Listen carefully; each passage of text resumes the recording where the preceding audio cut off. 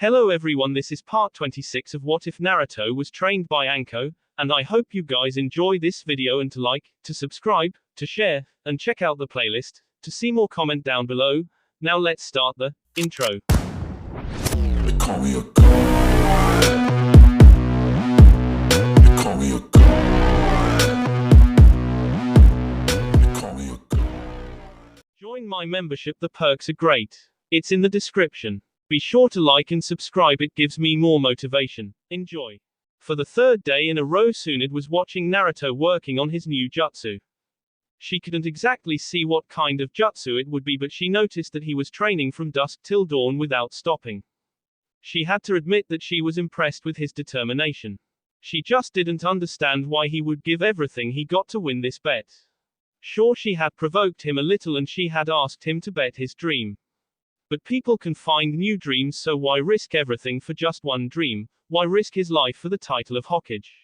What was so good about being Hokage anyway? Maybe she could ask him, but something prevented her from approaching him.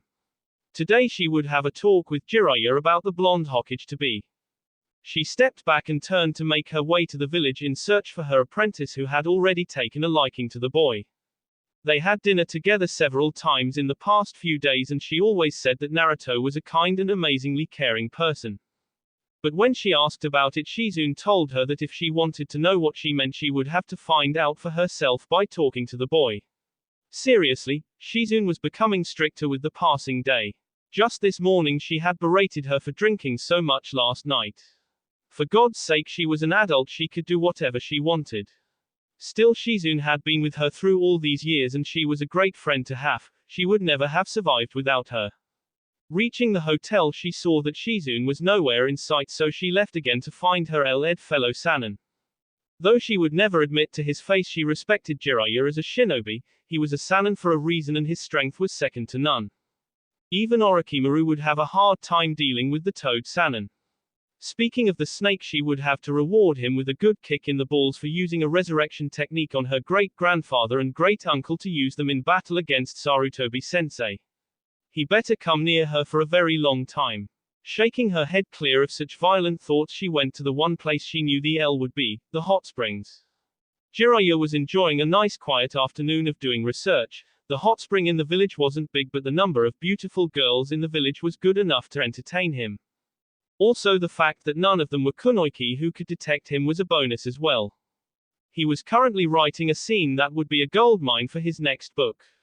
This would be his best volume yet. Now if only he could get the drop on Naruto and Anko, he thought. Suddenly he felt a shiver run across his spine and he gulped. He knew that shiver and he knew exactly what had caused it as well. He slowly turned his head, hoping he was wrong. As he saw the world's strongest El Basher, he realized this would hurt a lot. And now Tsunade, don't do anything you would regret. Don't worry El, I won't. As a matter of fact, I'll enjoy this very much, Tsunade said while slamming her fist in her palm. Seconds later, the most inhuman screams of pain known to mankind were heard in the village. Even some of the women at the hot springs enjoying themselves felt a moment of pity, but then they realized he was spying on them, so they started to cheer Tsunade on. After working out some of her frustrations on her ex-teammate, she dragged him to the nearest bar to get a drink. Jiraiya would be back to good health by the time they arrived, so it was all good. Entering the bar, she threw him in a seat before sitting down as well. Seriously Jiraiya, don't you ever get tired of being AL? How could you ask or say such a thing? It's like I would ask you to stop gambling or stop being a medic. It just won't happen, Jiraiya happily said before grabbing the bottle of sake. Hey, that's mine, get your own, she said before she forcibly took the bottle back, to which Jiraiya ordered his own. So I'm guessing you have something to ask me if you drag me away from my precious research. Mention your research again in my presence and you'll lose something very valuable. But yes, I do have some questions. Fine, ask away. Tell me about the Gaki. What's his story? He's gained your interest, hasn't he? Jiraiya smirked. Very well, but I can't tell you all that much. I only met him during the month before the Chunin exams. Just tell me what you know. I don't understand him at all. He's not all that hard to understand actually. You know about his status as Jinchuriki, so you can guess how he grew up in the village. He wasn't exactly liked or loved, Sensei was at a time the only one who showed him kindness or encouragement. He was treated like dirt in the academy, teachers ignored him or hindered his progress every way they could, so there's no mistake he was the last in his class. Jiraiya proceeded to tell her how Naruto was tricked into stealing the Forbidden Scroll and how he learned the Kage Bunshin in just a few hours. He told her how he kicked Mizuki's ass with said technique and how he met Anko and the start of his training in the Forest of Death. Wait, did you just say he mastered a Junin technique in just a few hours? I did. Naruto is someone like me. He's not a genius who understands everything from the start or someone who gets it right the first time. Naruto is someone who tries hard in everything he does and he learns by doing things again and again. Yeah, I remember how different you and Orochimaru were in that aspect. That's right, and Konoha is still fixated on people who are considered a genius. The rest is considered inferior to those called a genius, although things have changed for the better. Anyway, once he had a teacher who saw his potential. Naruto started getting stronger and stronger. He was one of the 2 genin who were promoted to Chunin, who both were considered slackers or weaklings, thanks to the way he fought in the finals and his actions during the attack. So the story about how he fought side by side with Sensei is true.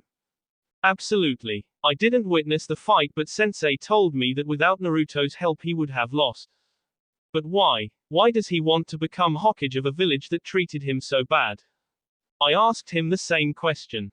He said that part of it was that to him showing those who didn't consider him worthy or ignored him would be the greatest revenge he could have. He also said that running away is something a coward does and that isn't who he is. He will face his problems head on and become the one the whole village turns to in time of need. A coward, huh? Tsunade, don't you think it's time to stop living in the past and start living in the present? I'm not telling you to forget Dan and Nawaki. Far from it. I'm not even telling you to stop mourning them, only that maybe you need to move on. Like they would have wanted.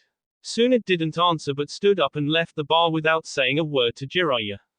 He wasn't offended by her actions, he knew that she needed to think this through on her own.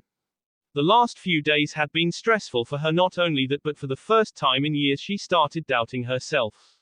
Jiraiya smiled and raised his cup. Sensei, you were about Naruto being the one who would get through to her. He said to himself. Right, enough interruptions, let's see if those beauties are still at the hot springs.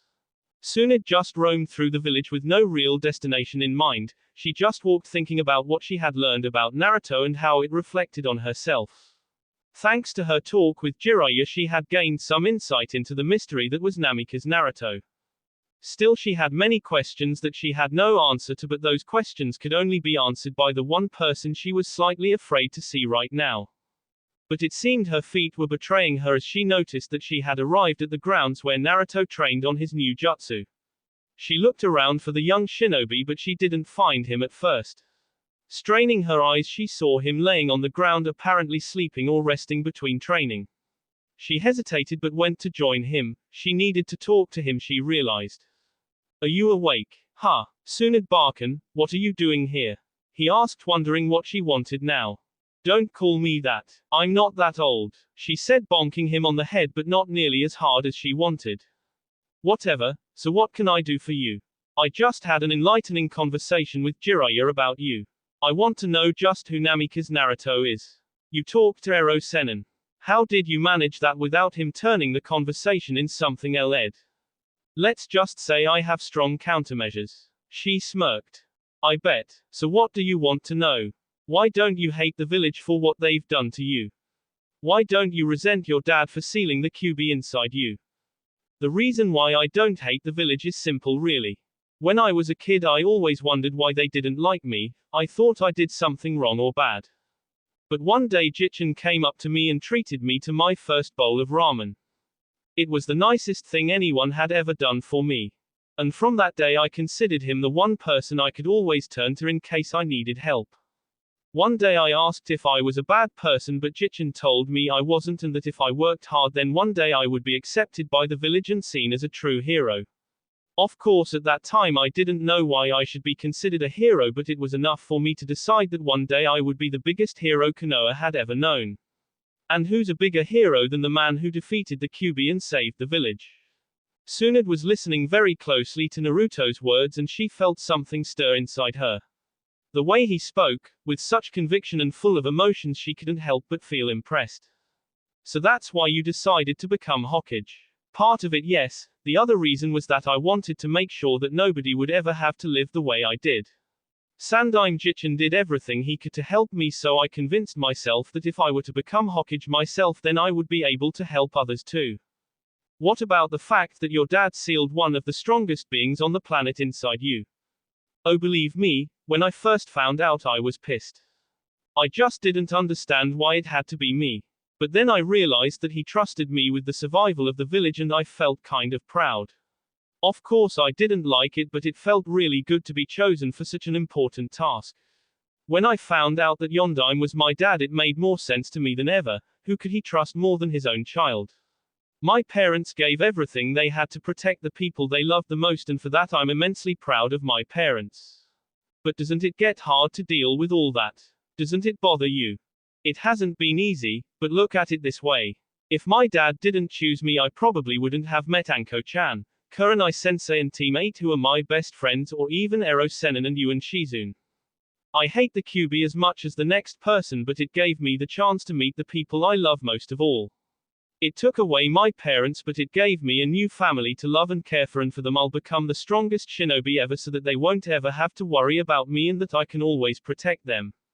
While Naruto was talking, Tsunade was looking at him, and for a moment she thought she saw the images of her two most precious persons standing behind him, smiling at her. Their smiles were everything she had ever wanted to see, and tears started forming in her eyes. In a way, it seemed that their spirits were giving her a message to once again take a chance, to once again open her heart and let someone in. In that split second that she saw them, she had made up her mind. She would stop running from the past and become the person they wanted her to be. She would protect the village Dan, Nawaki and Naruto loved so much, to risk everything for, until the day Naruto would be ready to take her place. In her mind she said goodbye to her little brother and the man she had loved like no other, and stood up. Naruto, please stand up. Why? What's the matter? Just do it and close your eyes. Naruto obeyed, thinking it would be best not to anger someone who could punch you into the next millennium, so he did as he was told. He got up and closed his eyes, only to feel something being put around his N. Before he could even ask what she was doing, he felt his headband being lifted and the feeling of two soft lips kissing his forehead. He opened his eyes only to see Tsunade smiling at him. You won, Gaki, the N lace is yours. What? But what about my jutsu? I thought I needed to impress you. You did impress me, Naruto. You just didn't need a jutsu to do it. So what does this mean? What happens now? I guess now we go get Shizune and the L and start making our way back to Konoha, since I have a job offer waiting for me. A job offer? Wait, you mean you agree on becoming Godime Hokage? Naruto asked, shocked. I decided to keep the chair warm until you're ready to take my place, Gaki. Until that day I will be the Godime Hokage. Naruto couldn't believe what he just heard. The women who only a week and a half before considered the title of Hokage something that you put out with the trash now decided to become the Godime Hokage, and not only that, but she admitted and recognized that he had what it takes to become Hokage himself. He was astonished but immensely glad that she had agreed to the position of Hokage, seeing that the village needed a strong leader like herself. If she was anything like he thought she was, then the village would be in good hands for years to come. Come on, future Hokage, let's get back to the hotel. Right behind you, Godime Barkin. Naruto said, ducking under a punch. You better start showing me some respect, Gaki. I'm your boss now. I'll tell you the same thing I told Ero Sennin. Respect is earned, not given, but I guess I can at least try. Naruto joked before running ahead laughing. Tsunade just shook her head and started chasing him back to the village. She felt liberated, and for the first time in a very long time she felt happy, and she would do anything to keep that feeling alive. When they reached the hotel, they went straight for Tsunade and Shizune's room to check if she was there. They almost demolished the door, both tumbling inside laughing loudly. Tsunade-sama, Naruto-kun, what is going on? Shizune said when she came to investigate the noise. Shizune-nichan, guess what? I won the bet and Tsunade Barkin decided to become the Godime Hokage. What? Is this true, Tsunade-sama? Yes, it's true. Now get dressed into something festive. We need to celebrate. Shizune hurried and changed into a more festive attire and joined Naruto and Tsunade. They went for a small detour to get Jiraiya to come as well. Of course Tsunade kicked him in face when they found him spying on a couple doing the horizontal mambo, but after that they entered the closest bar they could find. Once inside, Naruto started coughing and his eyes started watering from all the smoke caused by the people who were smoking. It took a bit of getting used to, but a few minutes later he was fine and joined the rest at their table. Tsunade had already ordered for everyone and gave a cup of sake to Naruto as well. Tsunade-sama, you can't give sake to Naruto-kun. He's too young for that. Shizune argued. Nonsense, Shizune. Old enough to K, old enough to drink. Besides, it's only this one time. Oh, alright, but only this once. Naruto was looking at the cup placed in front of him and wondered if he would like the taste of sake. He never had alcohol before, so he wasn't sure he should be drinking this.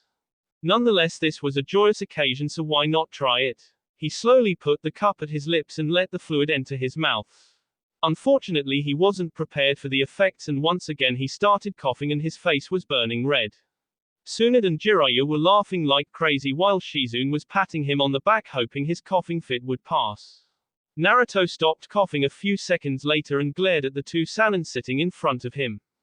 Why the hell do adults like this stuff? It burns and tastes horrible. What's wrong, Gaki? Not man enough to hold you liquor. Whatever, Barkan, I'm not drinking any more of that stuff. I've seen what it does to Ero-sen in the morning after.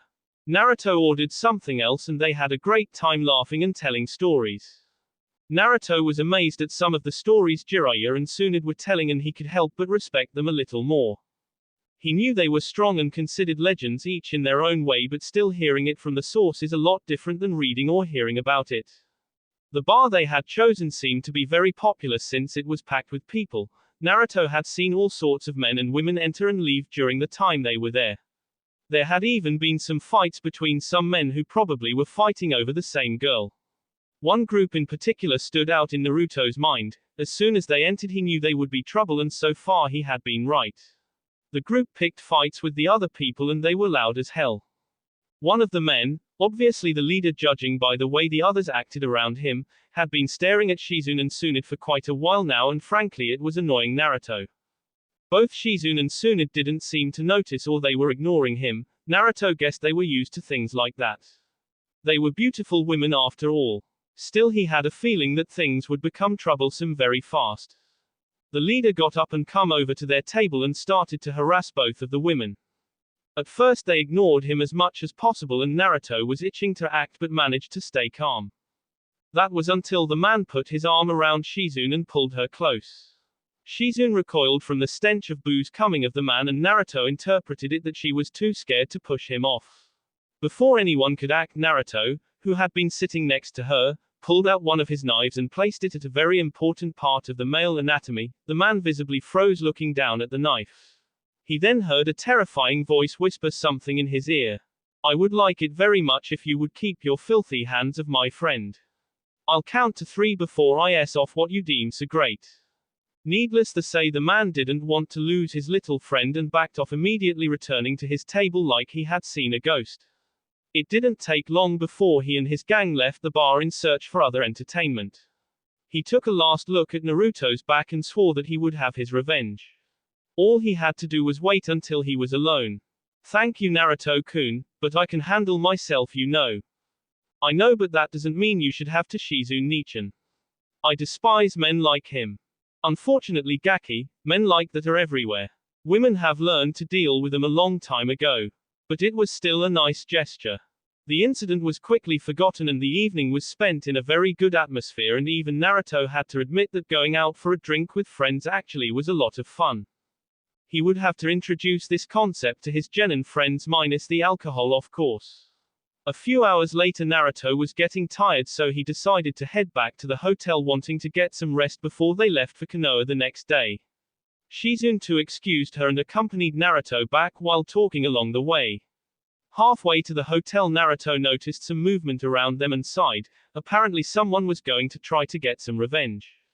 Well, what do we have here, guys? It's a boy and a bird. Naruto and Shizune turned and saw the gang from the bar standing there armed with knives and sticks. They didn't need much time to figure out what they were planning to do. I'll get you back for humiliating me in front of everybody, you blonde brat. The leader sneered at Naruto, making him smile a little. Are you that stupid that you can't see the headband I'm wearing? For those of you who don't know the meaning of this, it means that I'm a shinobi of Konoha. You guys don't stand a chance against us.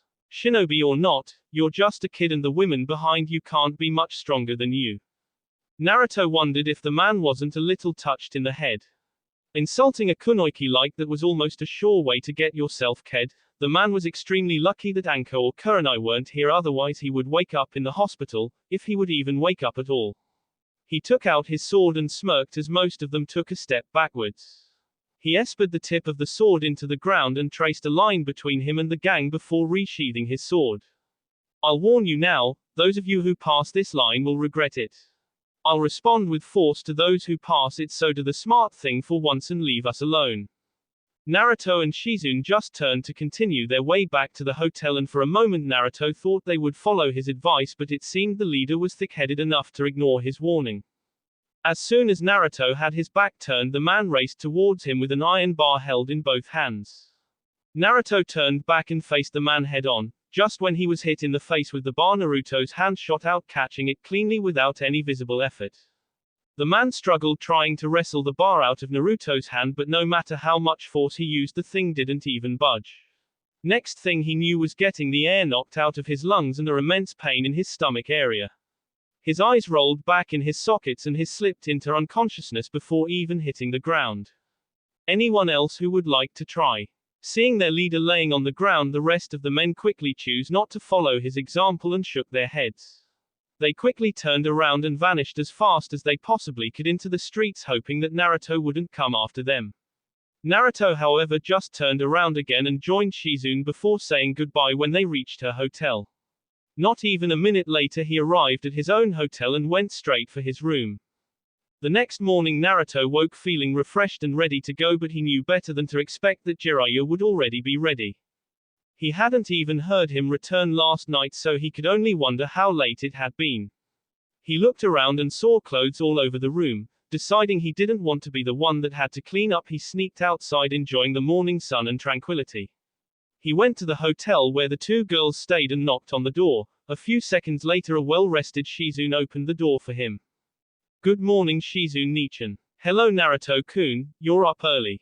Is Jiraiya same here as well? Ero Senin. No way, he's still sleeping off his hangover from last night. What are you doing here so early, Gaki? Tsunade asked quietly, trying not to worsen her headache. Good morning, Tsunade Barkan. God damn it, Gaki, don't yell. My headache is bad enough as it is. Shizune was chuckling at the two of them. She knew Naruto just yelled at her to annoy her, and apparently he was very good at it too. Tsunade had never been a morning person to begin with, and after all the drinking she and Jiraiya had done last night, she wasn't surprised that Tsunade had a major headache. To save her teacher, she told Naruto that they would go and have breakfast in one of the many establishments in the village. This would give Tsunade the time to get dressed and ready before she got Jiraiya and joined them later on. Naruto, who was feeling hungry, immediately agreed, and together they left. It was about 2 hours later that Naruto and Shizune were joined by the two Sannin. They quickly ordered some breakfast and ate in silence. Their headaches gone, both of them were enjoying the satisfaction of having eaten.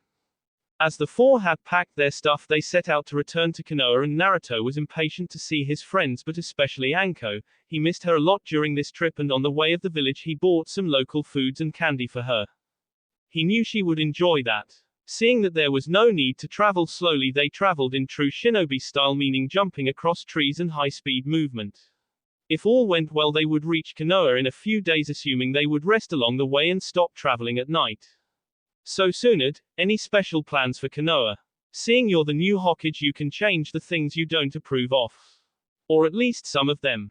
I don't know really, it's been so long since I set foot in that village. Things must have changed quite a bit. Hey, maybe you can finally create the medical nin program you always dreamed about. Or you can outlaw Ero Senin's books. Naruto, don't even joke about that. Think about all those poor souls who enjoy the awesomeness of my stories. You know, Gaki, that's not a bad idea actually. I'll remember that one. Tsunade, you wouldn't do that, would you? You would, wouldn't you? Naruto, I'm holding you responsible if that ever happens, you hear me? Naruto just ignored him and started talking to Shizune, who asked if there were any changes in the village she should know about. Jiraiya was pleading with Tsunade not to go through with the banishment of his novel, saying that it would lead to a revolt by the male population in the village. Tsunade, however, didn't listen, as she was thinking about the things that she could do once she was Hokage. She wouldn't say it, but the idea of starting that medical program sounded very good to her. During the previous war she had pleaded with the Sandaime to start training more medical ninja, but he refused, saying that it took way too much time to train them. At that time the village needed every man and woman to fight off the enemies, and none of them could be spared. When she left the village after Dan's death she had given up on that idea, but maybe now was the right time to implement it. They had traveled a great distance by nighttime, so they decided to camp outside. Naruto unsealed some of his stuff like a tent and offered it to Tsunade and Shizune, who accepted, thanking him for being such a gentleman. Jiraiya snorted at that but quickly shut up when he saw the glare both women were giving him. After hunting down some food and making a fire, they enjoyed a quiet meal, not really talking to each other. When they finished dinner, Tsunade asked Naruto what the technique he was trying to create was like. "Oh no, I don't show anyone a technique that isn't finished yet." "What? Why not?" "I just don't, there's no special reason for it. You'll have to wait until it's ready." "Fine, I bet it was a stupid jutsu anyway." "Now Tsunade, I've seen some of the jutsu Naruto made and they're quite impressive. Come on Naruto, show us one of your original jutsu." At first Naruto refused, saying he wasn't a performer in an act, but after Tsunade and Shizune joined in the pleading he quickly gave in just to shut him up. He thought for a while and wondered which of his jutsu he could show. He decided to show them the Kaiten, Nenchaku Bakuhatsu Hotaru no Jutsu, which was one of his favorites. He picked out a tree and started making the necessary hand seals. Tsunade and Shizune were staring at the tree, which was now filled with small fires resembling a well-lit Christmas tree.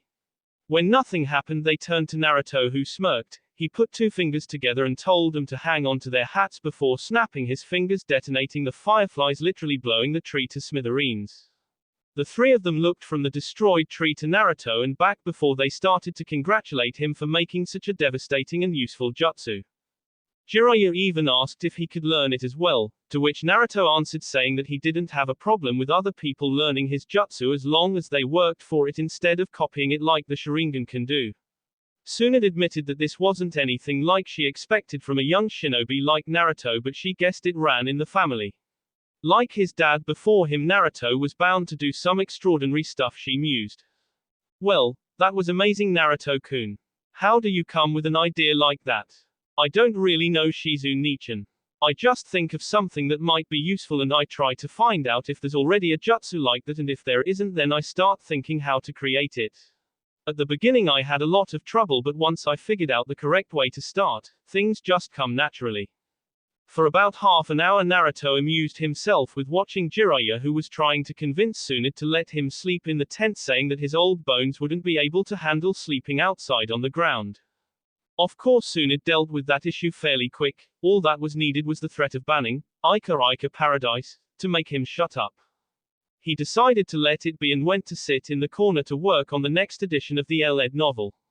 Tsunade was still thinking about what Jiraiya had said that afternoon, but at this time she didn't find anything that she would want to change, but she was sure that she would find plenty of things once she was settled back in the village. She watched Naruto staring at the fire with a small smile on his face. "Hey Gaki, what's with the smile?" "Huh. Oh, it's just that this reminds me of the time I spent with Anko-chan in the forest. We always ate outside if the weather allowed it. Naruto, you said that being Hokage has been your dream for years, right? If someone told you that you could change anything you want about Konoha, what would you change?" "You sure don't ask easy question, do you, Tsunade Barkin? But I have some ideas. Granted some of them are just not possible, but other might be more realistic." "Like what?" "For example the academy. I realize that there are reasons for the way things are now, but if I could I would completely change the education system." "Well, let us hear it, Naruto. Who knows, Tsunade here might use your idea." Jiraiya said. He had come over to listen when he heard what the discussion was about. "Okay, for starters I would drop most of the theoretical part and make that mandatory self-study with a test at the end of the week. That way the students would still learn the history of our village, but a lot of time would be free to focus on the practical part of training." Right now we spend so much time inside the classroom that we lose valuable time to practice things like chakra training, weapon training and all that. Naruto said, trying to explain some of the things he had thought about. For practical training I would change most of the current system. For example, when I started at the academy I never knew that there were different type of shinobi. But some of the kids, like me, had dreams like becoming a medical nin or something like that. But nobody ever explained that to us or told us what we needed to do. So what about setting up a system where students, who already know what kind of shinobi they want to be, can get extra help even if it's only some encouragement or small advice? Naruto paused for a few seconds trying to find a way to convey his ideas in a way that would sound realistic and not like some thought-up fantasies of a young shinobi like himself. Another thing I would change, and I will change it when I become the Hokage, is something that goes hand in hand with the missions the village gets. Every class the sensei told us that teamwork is the most important and strongest quality that Konoha shinobi have, yet not once do we practice it during the years in the academy. I would assign the students in the last year of the academy in teams of 3 and let them do the D-rank missions inside the village. That would not only give them the necessary teamwork training but also free up the newly graduated genin who can then focus on improving their SKS. That's not a bad idea, Naruto-kun, but who would supervise them, and what about the students? There are bound to be kids who don't get along or who are just not made to work together. Letting them work together with the same team would later on cause trouble if they have to work with others in their genin team. I thought of that as well, and I would suggest the following. Change the teams every month, that way they'll learn to work with others, and at the end of the year the teacher will be able to see who works well with who, making the choice of the genin team easier. As for supervision of the academy teams doing the D-rank mission, there are enough retired shinobi on reserve to take care of that. All they have to do is be present after all. And their expertise can help the students as well by giving them advice. Gaki, I like those ideas, and if you don't mind I'll talk about it with sensei and then we'll work something out. You don't mind if I use your idea? Not at all, use it all you like. If you have any other ideas come see in my office, okay? Sure thing, Sunid Barkan. I've got lots of ideas. Are you ever going to stop calling me that? Nope, not a chance. The next morning came quickly, and after a quick breakfast the 4 of them set out towards the village. Sunid was thinking about what Naruto had said last night, and she had to admit that his idea had some merit. Changing the academy course wouldn't be easy, and she would probably have to negotiate with the council, but that was something she could deal with.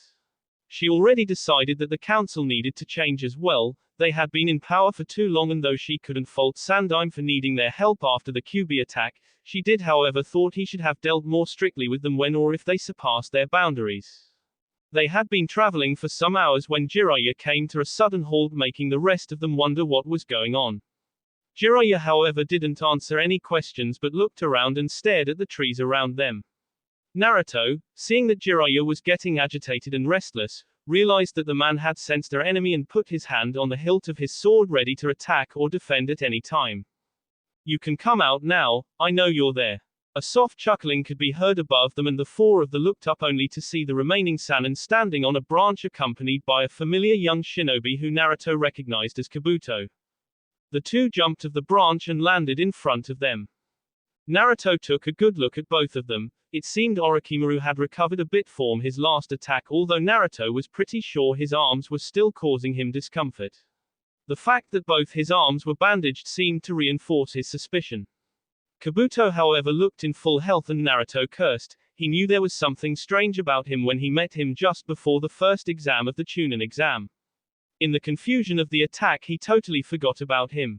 Isn't this nostalgic? The 3 Sannin reunited for the first times in years. Shut up, Orochimaru. I stopped considering you as one of us the day you betrayed Konoha. You're a disgrace to the village and to the title of Sannin. Jiraiya, still as sentimental as always. You haven't changed a bit, still the same fool, only older.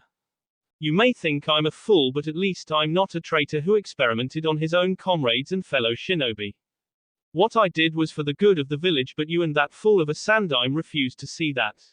I could have made the village stronger than ever, but you and the rest of the village were too soft to do what was necessary. Stop kidding yourself, you didn't care about the village. The only thing you cared about was yourself and your foolish quest to become the ultimate shinobi. Kakuku. You know me too well, Jiraiya. Not surprising, after all we did grow up together. Enough with the small talk, Orochimaru. Why are you here? Tsunade demanded. Ah yes, Tsunade, I'm in need of your expertise. You see, my young friend here is a talented medic, but even he couldn't completely heal my injuries caused by Naruto-kun there. Ah, you're welcome, Snake Face. I just wish I could have taken more than just your arms though. Naruto-kun, you should be careful. I told you when I left that you would regret crossing me, and mark my words, I will get my revenge. And what makes you think that I would be willing or able to fix your arms? I can reunite you with the people you love most. I have a jutsu capable of bringing them back from the deaths. Surely you would like to see them again. Tsunade and the rest were furious at the way Orochimaru tried to exploit Tsunade's feeling for Dan and Nawaki. Jiraiya was glad that Orochimaru didn't succeed in contacting her before he and Naruto had found her. He could only imagine how Tsunade would have reacted if he got to her first. Naruto was steaming mad at the snake Sannin. To use a person's feelings in a way was low even for him, and he would make him pay if only by screwing up his future plans even more. He knew he didn't have a chance against him right now, even with both arms injured. Orochimaru, you dare to insult my honor and integrity by proposing to betray Konoha and my precious people in such a way. Since when do you care about Konoha? You left the village because it cost you everyone you ever loved. Orochimaru would have continued talking, but he and Kabuto were forced to dodge a roundhouse kick from Tsunade. The tree behind snapped in half when Tsunade's foot impacted it instead of Orochimaru's face. Temper Tsunade. You always were a feisty thing. You didn't answer my question though. Why do I care about the village? It's simple really. It's because I'm the god, I'm Hokage of Konoha, that's why. And as the Hokage, it's my duty to dispose of you. Tsunade shot forward trying to punch him, but Orochimaru evaded the punch, making it slam into the ground, creating a large crater. She turned around trying to get ready to launch another attack when she saw Orochimaru lift his injured arm and sped off some of the bandage covering it. Her eyebrow lifted when she saw the state of his arm. It was ghastly to say the least. It seemed as if the arm was slowly, and the color of the arm was a disgusting mixture of deep red and blue.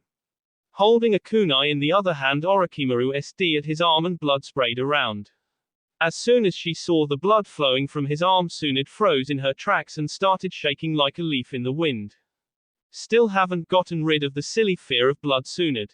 Such a shame, for a medic nin to be afraid of a little blood. Does this mean you won't heal me? Orochimaru-sama, please allow me to deal with her. If you like, Kabuto, but I'm afraid you're about to face another opponent, someone who seems to want to protect her. Then I shall deal with them as well. This is bad. Naruto, Shizune, you two protect Tsunade while I'll deal with Orochimaru. Be wary of that Kabuto guy, he's stronger than he looks. Understood. With that, both Naruto and Shizune took their position in front of a shaking Tsunade, ready to do whatever it took to protect the unofficial Godime Hokage. Kabuto smirked at them, obviously deciding that they weren't worth his time and effort. Orochimaru, on the other hand, turned to Jiraiya, who was ready to take action as well. This fight would be one of his toughest and most dangerous fights in his life, but he wouldn't let Tsunade get hurt if he could help it. Besides, he had some private business to handle with Orochimaru as well. That will be all for this video. Be sure to like, subscribe, share, and comment down below for more videos. Goodbye.